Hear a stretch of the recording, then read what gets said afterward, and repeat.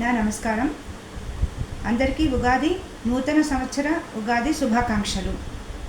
నా పేరు జిఎల్ కామేశ్వరి.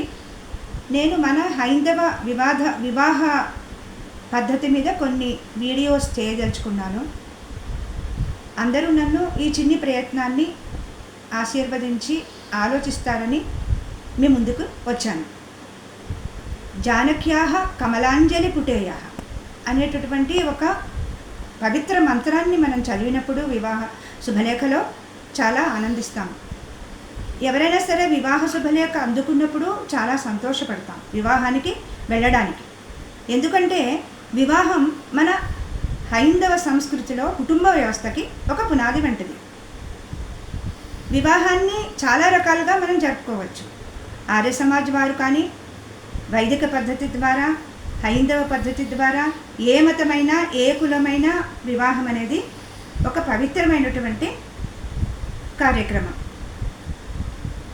వివాహాన్ని మనం చాలా రకాలుగా ఆడంబరంగా జరుపుకోవచ్చు, నిరాడంబరంగా జరుపుకోవచ్చు. కానీ వివాహానికి ముఖ్యమైనది వధువు, వరుడు, వారి తల్లిదండ్రులు, బంధువులు, వీరి సాక్ష్యం. ఇంతకంటే నేను నమ్మేదేమిటంటే వధువు వరుని మనసులు ముఖ్యంగా కలిసినప్పుడు అంతకంటే వేరే సాక్ష్యం అవసరం లేదు. ఒక వివాహానికి మనం వెళ్ళినప్పుడు అక్కడ చాలా సంప్రదాయాలు, ఆచారాలు, వైదిక పద్ధతిని బ్రహ్మగారు మన వివాహాన్ని జరిపిస్తున్నారు. ఎంతోమంది పెద్దలు వివాహానికి హాజరవుతున్నారు. వీరందరి ఆశీర్వచనంతో వధువు వరుడు కొత్తగా తమ కుటుంబ జీవనంలోకి ప్రవేశిస్తారు.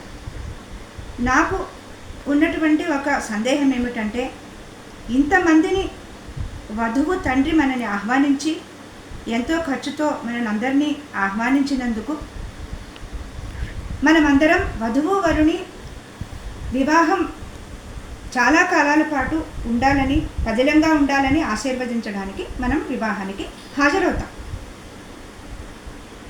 వివాహ వేదిక మీద వేదమంత్రాలు చాలా పవిత్రమైనవి.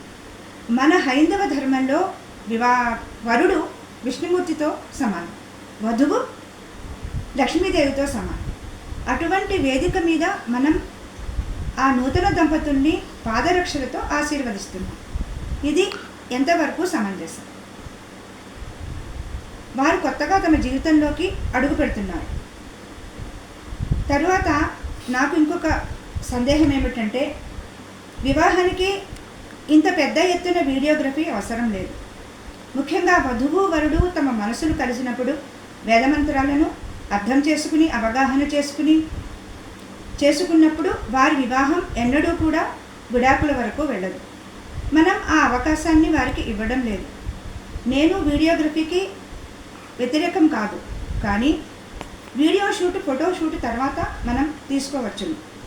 అలాంటి అవకాశాలు మనకి చాలా ఉన్నాయి. ఈ టెక్నాలజీ కొత్తగా కల్పించినటువంటి అవకాశాల్లో మనం వివాహాన్ని పద్ధతి ప్రకారం వైదిక వివాహం చేసుకుని, ఒక పద్ధతిగా చేసుకుని, సంప్రదాయాన్ని గౌరవిద్దాం, హిందూ ధర్మాన్ని గౌరవిద్దాం, హిందూ సంస్కృతిని గౌరవిద్దాం. నమస్కారం.